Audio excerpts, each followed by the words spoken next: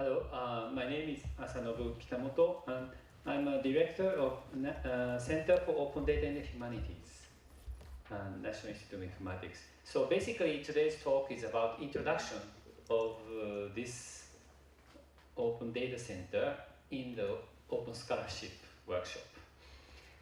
So this is a very new center. It is officially launched in April 1st of this year. And it belongs to one of, it is one of the center in data science research. So basically, we are center of, from the technology or information technology side, but using digital humanities data for research. So basically, we have two directions. One is humanities research using technology and methodology on humanities and statistics.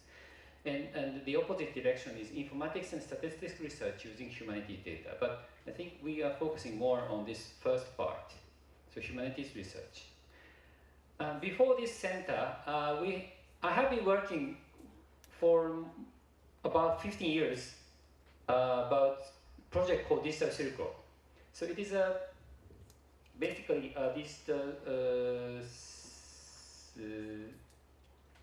this is a Silk Road. This is a humanities project, collaborative work among informatics and humanities people. So so you can look at this website called dsr.ni.ac.jp, and we have many databases and digital resources which is open to the public.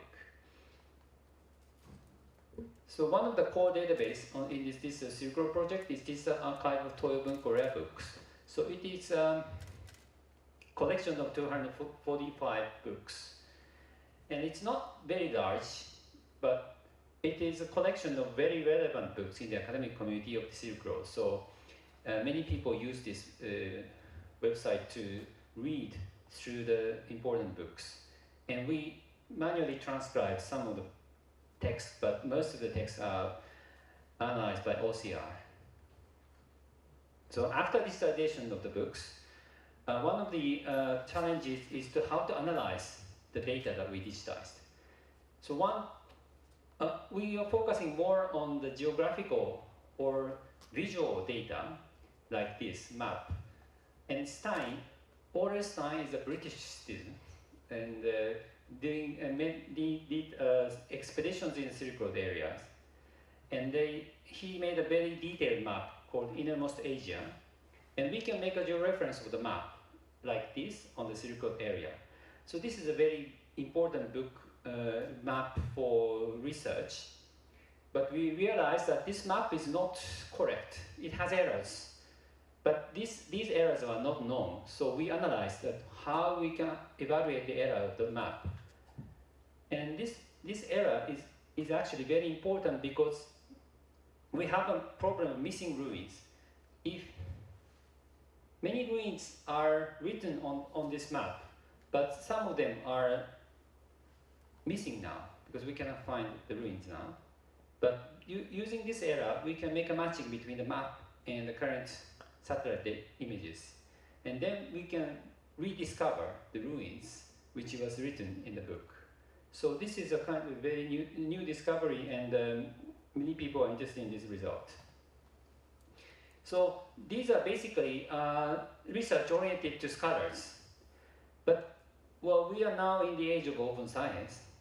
And I think in the open science era, we have to focus on three types of stakeholders. One is scholar, one is citizen, and one is machines. Because, well, scholars are good at deepening the knowledge, but also we can take advantage of machines to increase the amount of knowledge because they are very fast and efficient. And also we have to rely on citizens because they have a diversity of knowledge. And so it is useful for expanding the knowledge. So we have a kind of these three stakeholders cooperate together to make an era of open science.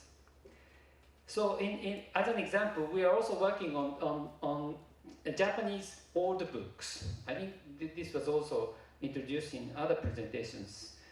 But we are also digitizing all Japanese books like this.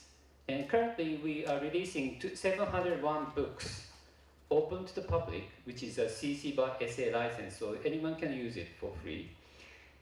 And ultimately, this collection will grow into 300,000 all Japanese books. So it's going to be a very large collection. But currently, we have only 700. And we also make open data for machines. Like this, we have we crop the characters and make a database of characters. So we expect that we can make an OCR for this kind of handwritten characters. And we have a 400,000 character database now, and we are growing to 1 million characters. And another data for citizens is this one, cooking recipes. I think also we have cooking recipe presentation in the morning. And on the left-hand side, it is a cooking recipe books in 230 years ago. So, but we cannot make a dish from this description because we cannot read it. So we can make a recipe from this old book and collaborate it with a Japanese, the largest cooking recipe service in Japan called CookPad, and put it on the CookPad so that citizens can use it. So after that, we have this kind of modern cooking. It is basically the realization of the cooking recipe in 230 years ago, but well, it looks like modern.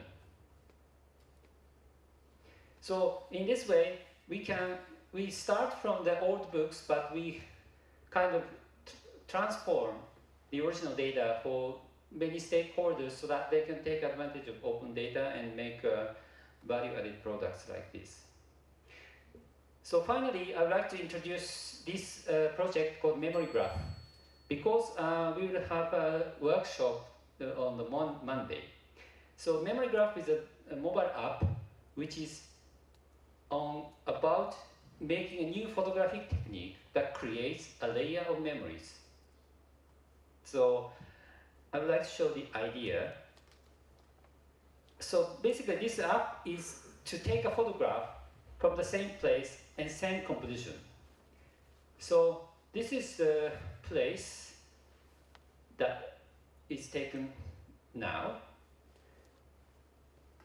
But if you can overlay an old photograph from the same place and same composition, you see that this happened about 70 years ago. So this kind of same photograph is interesting not only for old photograph, but also modern photograph. This is actually taken just after the tsunami in Indonesia in 2004. So this ship is on the land, and everything was wiped out. But if you can go later and take the same photograph from the same place and same composition, then you can see that it is recovering. You can directly compare two scenes. So what we want to do on Monday is that we have a photograph of Ritsumeikan University, which was taken about 30 years ago. So where is it? And how does it look like? So using a mobile app, you can search the place and compare how the landscape changed in 30 years. So we have this workshop from 10 to 11 on Monday or Tuesday. Okay, thank you very much.